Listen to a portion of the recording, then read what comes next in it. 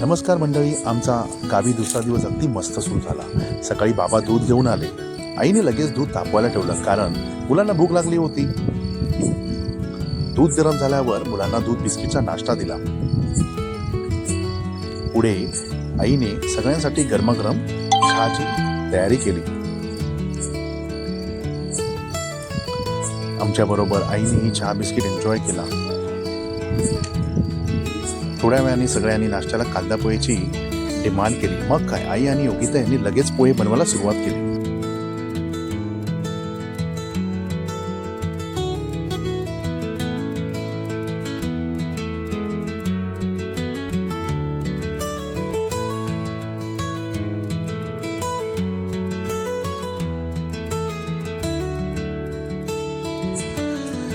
पोहे तयार होतात सगळ्यांनी गरमागरम पोह्यावर ताव मारला।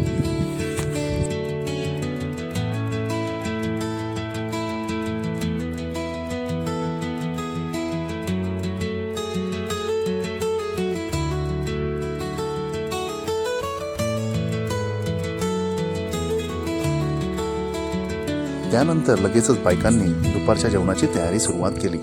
आज स्पेशल भाजी गवार।